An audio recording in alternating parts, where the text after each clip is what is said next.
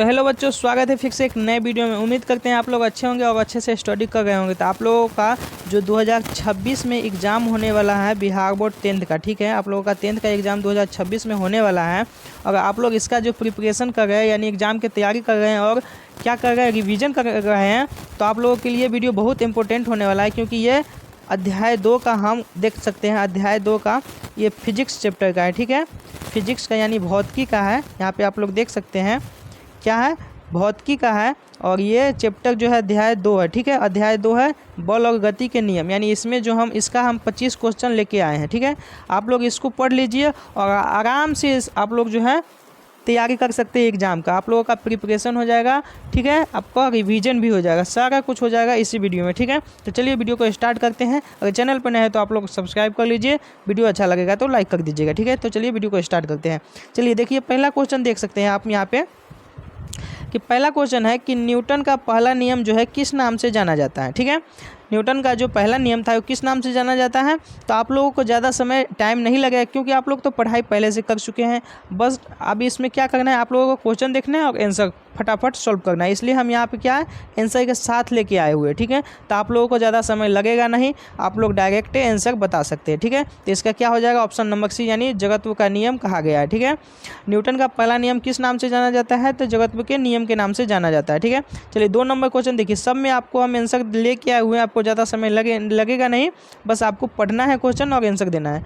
बल की इकाई क्या है, तो बल की इकाई न्यूटन है, ऑप्शन नंबर बी आपका सही हो जाएगा, ठीक है। चलिए 3 नंबर क्वेश्चन पर देख सकते हैं, बाकी ऑप्शन देखना भी नहीं है, आपको डायरेक्ट आंसर मिल जाएगा। किसी पिंड का द्रव्यमान किस में पाया जाता है, ठीक है, किसी पिंड का द्रव्यमान जो है किस में पाया जाता है, तो वो किलोग्राम में पाया जाता है, ऑप्शन नंबर आपका ए सही हो जाएगा। चलिए 4 नंबर क्वेश्चन देख लेते हैं। 4 नंबर क्वेश्चन है कि निम्नलिखित में कौन सा मात्रक सदिश राशि है, तो वो विस्थापन है। विस्थापन जो है एक सदिश राशि है, ठीक है। चलिए 5 नंबर क्वेश्चन को सॉल्व कर लेते हैं। 5 नंबर क्वेश्चन में कह रहा है कि किसी पिंड का त्वरण जो है किस रूप में परिभाषित किया जाता है, किस रूप में, ठीक है, वो पूछा है। तो वेग में परिवर्तन बट्टे समय, इसमें परिभाषित किया जाता है, ऑप्शन नंबर ए आपका सही हो जाएगा, ठीक है। चलिए 5 हो गया। 6 नंबर क्वेश्चन को देख लेते हैं कि न्यूटन का जो दूसरा नियम का जो सूत्र है क्या है। तो न्यूटन का दूसरा नियम का सूत्र है कि F बराबर m गुने ए, ठीक है, ऑप्शन नंबर ए आपका सही हो जाएगा। 7 नंबर क्वेश्चन देख लीजिए कि यदि किसी पिंड पर शुद्ध बल 0 है तो उसका त्वरण क्या होगा, तो उसका त्वरण भी 0 हो जाएगा, ऑप्शन नंबर सी आपका सही हो जाएगा, ठीक है। चलिए 8 नंबर क्वेश्चन को सॉल्व कर लेते हैं कि इनमें कौन सा बल नहीं है। इनमें कौन सा बल नहीं है, तो ऊर्जा जो है बल नहीं है, ठीक है। चलिए अगला क्वेश्चन देख लेते हैं। 9 नंबर क्वेश्चन कह रहा है कि यदि किसी पिंड की अपनी गति की स्थिति बदलने का विरोध करने की क्षमता को क्या कहते हैं।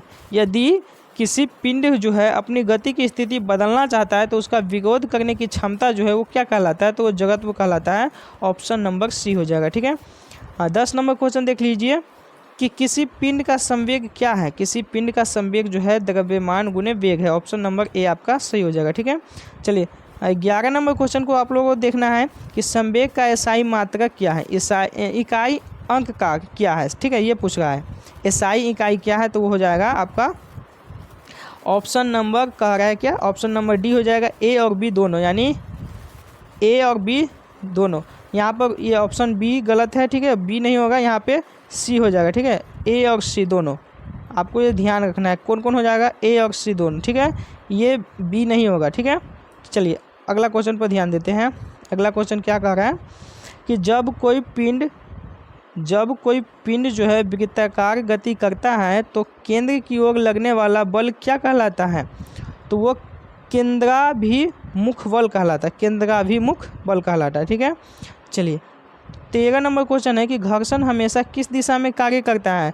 तो घर्षण जैसे कि देखिए ये वस्तु है, ये टायर समझ लीजिए, चक्का गाड़ी का समझ लीजिए, ये घर्षण यानी ये इस साइड चल रहा है ना, ऐसे आगे मुझे चल रहा है, तो ये घर्षण जो है हमेशा इस साइड करेगा, इस साइड, ये ज़मीन पे घर्षण करेगा तो हमेशा इस साइड घर्षण करेगा। अगर ये वस्तु इस साइड जा रहा है तो घर्षण इस साइड करेगा, ठीक है। यानी यही कहा गया है कि गति के विपरीत दिशा में, गति जिस साइड होगा ना उसके विपरीत दिशा में घर्षण करेगा, ठीक है। 14 नंबर क्वेश्चन देख लीजिए कि न्यूटन का तीसरा नियम क्या कहलाता है। न्यूटन का जो है तीसरा नियम क्या कहलाता है, तो ऑप्शन नंबर सी हो जाएगा आपका सही, कि हर क्रिया के लिए समान, ठीक है, और विपरीत प्रतिक्रिया होती है, ये आपका सही हो जाएगा। 15 नंबर क्वेश्चन है कि त्वरण की इकाई क्या है। त्वरण की इकाई है मीटर प्रति सेकेंड, आपका बी आंसर सही हो जाएगा।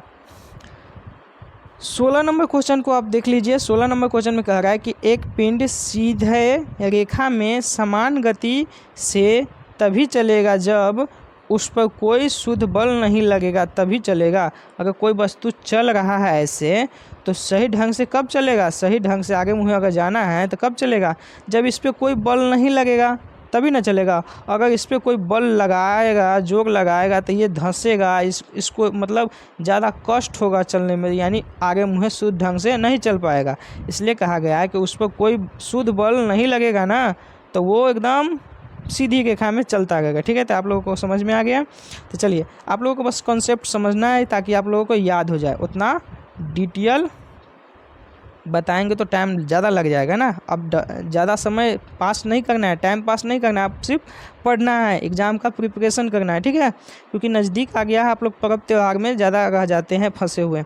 चलिए 17 नंबर क्वेश्चन देखिए कि संतुलित बल का प्रभाव किसी स्थिर पिंड पर कब रहेगा, स्थिर रहेगा। कैसे स्थिर रहेगा, संतुलित बल का प्रभाव जो है किसी स्थिर पिंड पर क्या रहता है, स्थिर रहता है, ठीक है। चलिए 18 नंबर क्वेश्चन को देख लेते हैं। 18 नंबर क्वेश्चन है कि किसी पिंड का भार क्या है। किसी पिंड का भार जो क्या है, द्रव्यमान गुणे गुरुत्वीय त्वरण है। ऑप्शन नंबर ए आपका सही हो जाएगा। 19 नंबर क्वेश्चन देख लीजिए कि इनमें कौन एक मात्रक राशि है। मात्रक राशि कौन सा है, कार्य है, आपका बी आंसर सही हो जाएगा। 20 नंबर क्वेश्चन को देख लीजिए कि घर्षण का बल किस पर निर्भर करता है। घर्षण का बल जो है सतहों के प्रकृति पर निर्भर करता है। ऑप्शन नंबर ए सही हो जाएगा आपका। 21 नंबर क्वेश्चन देख लीजिए, यदि वेग शून्य है तो उसका त्वरण क्या होगा।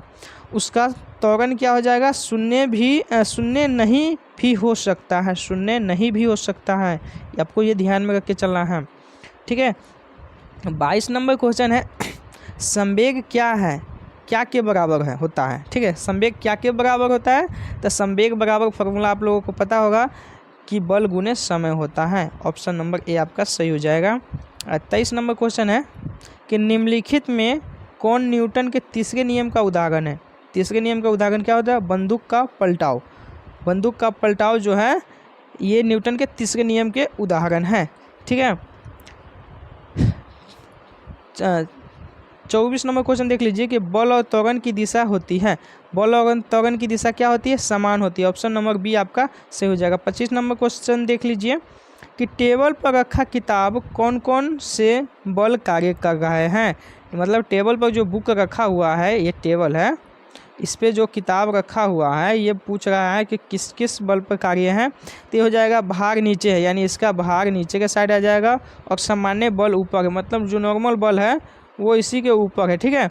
तो आप लोगों को ये समझ में आ गया, तो ऑप्शन नंबर बी आपका करेक्ट आंसर हो जाएगा, ठीक है। तो ये वीडियो कैसा लगा है, अच्छा लगा है तो आप लोग क्या कीजिए, वीडियो को लाइक कर दीजिए, चैनल पर नए हैं तो सब्सक्राइब कर दीजिए, और अपने दोस्तों के साथ शेयर कर दीजिए, ठीक है। और आप जिस भी सब्जेक्ट का ऑब्जेक्टिव क्वेश्चन चाहते हैं तो वो आप कमेंट कर देना, ठीक है। आप लोग कमेंट कर देना है, कमेंट जैसे ही कीजिएगा आप लोगों के लिए वो वीडियो अगला दिन अपलोड हो जाएगा, ठीक है। तो चलिए फिर मिलेंगे अगले टॉपिक के साथ अगले सब्जेक्ट में, तब तक के लिए जय हिंद जय भारत।